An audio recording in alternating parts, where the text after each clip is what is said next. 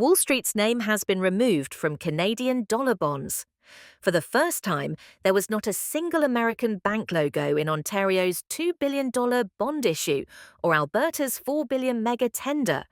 Although the pork cranes appear to be running red, alarms are sounding on Bay Streets, the half-century-old balance of North American finance is cracking, with London and Frankfurt filling the empty seats as Canada's cabinet urges expand your market in Asia tariffs. With Washington are now dividing, not just trade but capital flows can supply. Chains withstand this sudden maneuver, or has the dollar empire suffered a fatal wound? Don't miss the answers. Subscribe and turn on notifications, because this video will shake both your wallet and the global markets. Ontario's $2 billion 10-year US bond issue in early June was one of the moments that crystallized US-Canada relations. The bonds sold out quickly, pricing was not even on the global agenda, but for the first time, the American bank signs were missing from the auction table. Their places were taken by Barclays, RBC, CIBC and Scotia Bank. There was no champagne popping at the celebration, only a quiet handshake, a few drops of sweat on the brow, and the acceptance of a harsh reality. The tariff duel with Washington had finally spilled over into the financial arena. This gesture was dismissed as a brief headline, seemingly a political show of force. Yet its echoes reverberated through Bay Street corridors for days, because the currency in which the bonds were sold was still the green bank notes printed by America, and the sacred pool of liquidity was still flowing on the other side of the Hudson. Nevertheless, Canada had begun to dig its own canal, instead of sitting on the edge of the pool and watching the water flow by mid-March. Alberta had pushed Bank of America off the list, with a €4 billion issuance. Members of the Risk Committee, seated on the 27th floor of Calgary Plaza, leaned against the glass facade and watched the sunlight shimmering over the snow-capped mountain silhouettes, forced to make decisions, with the confidence that Europe will pick up the pieces. This new window, opened in euro, signaled a repricing of risk for many bond desks. In Canada, banks updated collateral calls on BB-rated loans. Asset managers expanded positions, hedging the euro-dollar spread on swap desks. These developments also touched personal stories on a micro level. Elaine, a local pension fund manager in Edmonton, cleared her calendar of Washington flights. She conducted her quarterly market pulse check, this time over lunch with EU regulators in Frankfurt. A broker at a London swap desk didn't bat an eye when processing a request from Toronto to swap USD for GBP. The atmosphere on the ground was now fueled more by stagnation than surprises, as tremors grew in the lower layers of credit markets. Ottawa also quietly accelerated efforts to encourage new export chains. Some dusty target market folders were pulled down from the shelves. At Export Development Canada's offices, green lines extending to Southeast Asia were updated, and plots adjacent to Brazil's Santos port were reported as strategic storage areas. An unexpected number of Vietnamese brokers attended this year's logistics fair in Montreal. All were asking how they could optimize Canada's freight insurance terms without using US-based bank guarantees. Meanwhile, there was also a nervous stir behind the scenes. In Washington, Canadian bond commissions were among Wall Street's profitable but relatively quiet segments. When they are cut, no one makes headlines the next day, but when you look at the December end premium tables, the missing percentage points sting like salt. When a few senior names at JP Morgan were unable to add a Canadian line to the new tender schedule, and insurance brokers question, if you remove a small stone, will the wall shake?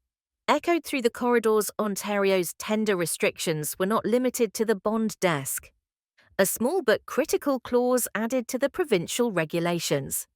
At the end of April, mandated that no contracts be awarded to US suppliers unless no domestic suppliers are available. This meant that every item in public tenders, from steel rivets to IT consulting, had to first be sourced within Canada, then from allied countries, and only as a last resort from the US. When a state hospital's electronic procurement platform received a bid from Stockholm instead of Seattle, the procurement manager initially hesitated, however, after factoring in currency fluctuations.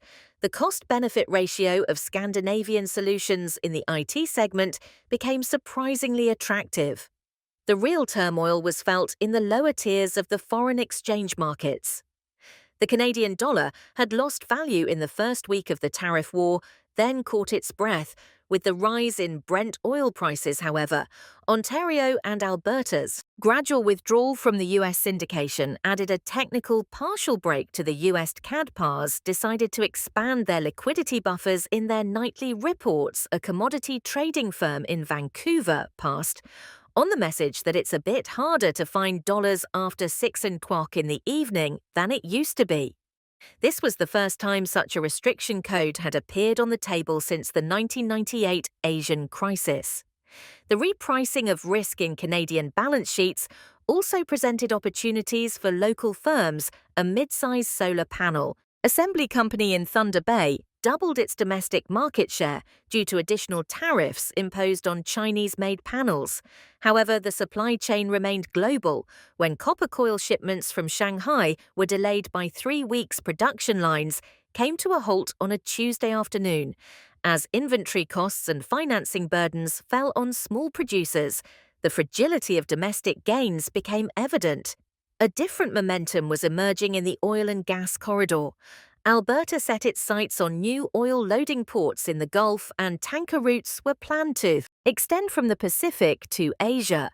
This move not only expanded Canada's export basket, but also brought it closer to its goal of financing a portion of the dollar supply independently of US banks through European insurance consortia.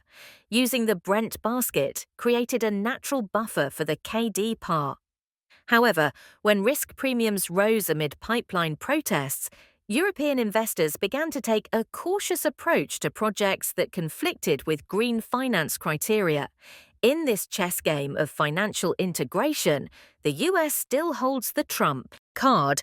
Even though the White House is signaling a gradual normalization after Trump, the shadow of the tax wall is still hanging over the financial tables. Canada's risk managers aren't planning to go back to full dependence. Even if the headline says tariffs are gone, diversification has found a permanent place in strategy documents on swap desks. Models indexed to the European Central Bank's curve are on the rise rather than the Fed's. When London custodians opened sub-accounts for Canadian files, it became clear that the temporary deviation had turned into a permanent intention.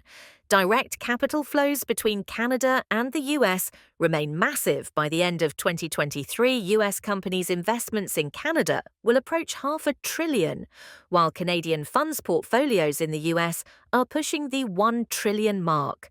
However, the silent language of numbers reacts more slowly to the high-frequency noise of politics. In other words, the slopes of this capital mountain are solid for now, but the snow cover on the upper layer, warmed by tariffs and nationalist procurement rules, poses an avalanche risk. Most analysts wrote in their reports that it is impossible to sever the deep integration at its roots.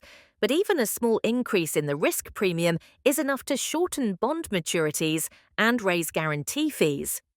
A small building insulation materials manufacturer in Montreal discussed moving its new factory from Ohio to Saskatchewan. The reason was not tariffs, but uncertainty over financing terms. On the same day, a Boston-based asset manager did not close its position in Canadian provincial bonds, but opened a cautious hedge for the scenario of a 5-year trade war. As eyes once again turn to Bay Street's skyline, the rain has already turned to snow, and the mud beneath the street lamps has hardened behind the semi-transparent layer of ice. A new landscape is emerging. London banks, Frankfurt brokers, Singapore swap desks, and Tokyo institutions are leaving small but permanent marks on Canada's financial landscape. Whether you call it a symbolic break or strategic insurance, the North's quiet banking revolution has drawn a thick line. The dance with the neighbour will continue, but the music's rhythm will now be much louder as Bay Street turns toward morning. A single concern reignites in analysts' eyes.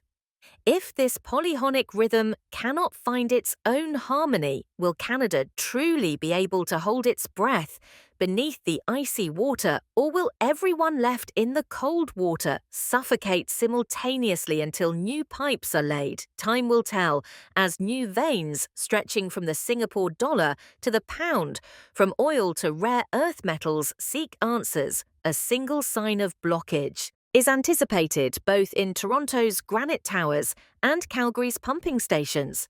Because finance, like water, finds its way as long as it can find a crack to flow through without being trapped by the ice sheet or bursting the veins. What are your thoughts on this matter? Please share your opinions in the comments section to stay updated on new videos. Please subscribe to our channel and enable notifications. Thank you for watching.